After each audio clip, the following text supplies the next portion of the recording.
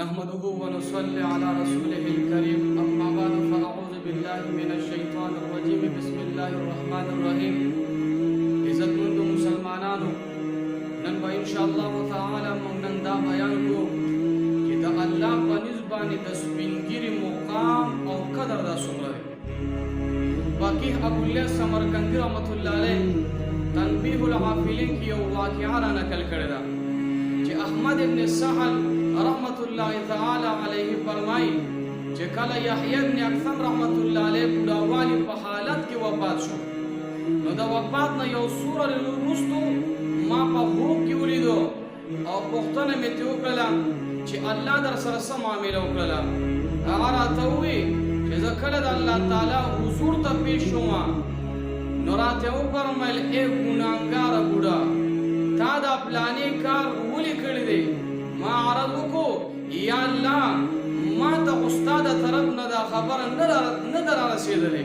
دا خبره نه در رسېدلې نو ما ته را رسېدلې الله جل جلاله راته وفرمیل تا ته زما د طرفه کومه خبره در رسېدلې وه ما ورته وفرمیل ما ته حدیث بیان کړی دی عبدالرزاق او هغه د معمر نه اورېدلی هغه د زهري نه اورېدلی او هغه د عروه نه اورېدلی هغه د حضرت عایشه رضی الله تعالی عنها نه اورېدلی هغه د پیغمبر علیه السلام مبارک نه اورېدلی پیغمبر علیه السلام مبارک جبرئیل علیه السلام مبارک نه دا خبره اورېدلی وه او حضرت جبرئیل علی نبینا وعلیه الصلاة والسلام مبارک د تا نه دا خبره اورېدلی وه چې تا فرمایلي وو کوم مسلمان چې په اسلام کې سپینګیری شو مسلمان هغه چې په اسلام کې سپینګیری شي زه هغه ته د عذاب ورکولو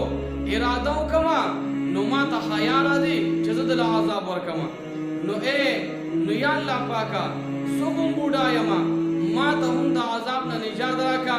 امام غزالی رحمت الله علیه احیاء العلوم کې دا واقعه ذکر کی چې په هغې کې ورسره دا الفاظ هم ذکر کړي دي چې یحیی ابن اکثم رحمت الله علیه الله جل جلاله ته وفرمیل چې ما ته استاد طرف نه دا خبره را رسېدلې ده چې تا فرمایلو چې انا عند ظن عبدي بي حدیث مبارک کې چې بنده چې په ما باندې څنګه ګمان کوي زه د ګمان موافق ته د سره معامله کوم اوس ته د خوښه ده چې ما هر څنګه په ما باندې هر څنګه ګمان دا کوي همدا شان معامله به د سره کوم الله جل جلاله زه هم په تا باندې دا ګمان کوم یا الله چې ته ما ته عذاب نه راکې یحیی ابن اکثم رحمت الله علیه ورته وایي چې الله راته وفرمیل صدق عبدالرزاق وصدق معمر وصدق الزهري وصدق عروه وصدقت عائشه وصدقت النبي صلى الله عليه وسلم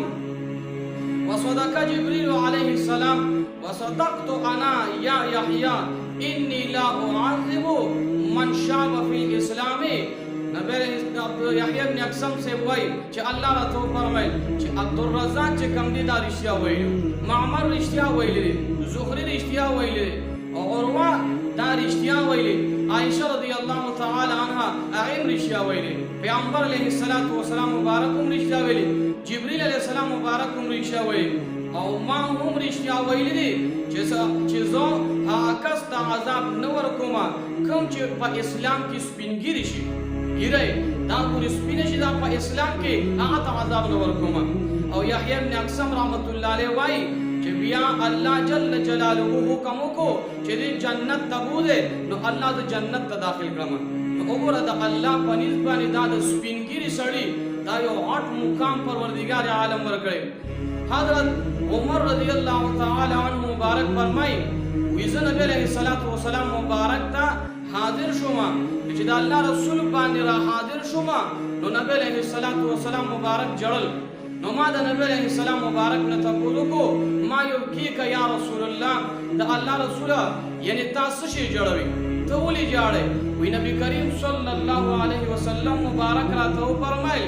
چې ګوره ما ته اوس جبرئیل علیه السلام مبارک را تراغي او ما ته جبرئیل علیه السلام مبارک وي چې الله جل جلاله حیا کی د هغه سپینګری بوډانه چې الله د عذاب ورکړي نو پروردگار عالم له حیا ور دي چې د سپینګری سړی ته چې چې کوم دي دا سزا ورکړي.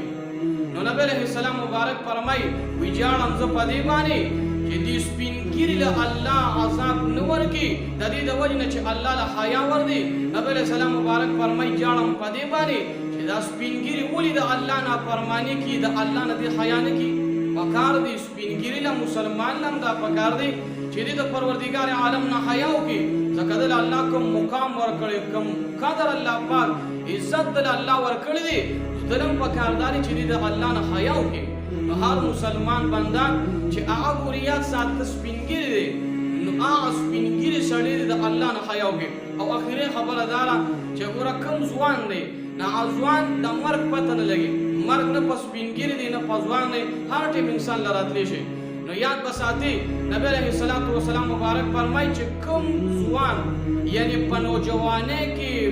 د عبادت ته الله کو طلب الله د عرش د سوري د لاندې ځای ورکړي. نو پروردګار عالم دې مونږ تمام مسلمانانو له دا توفیق راکړي چې مونږ د الله عبادت وکړو. الله دې عمل کولو توفیق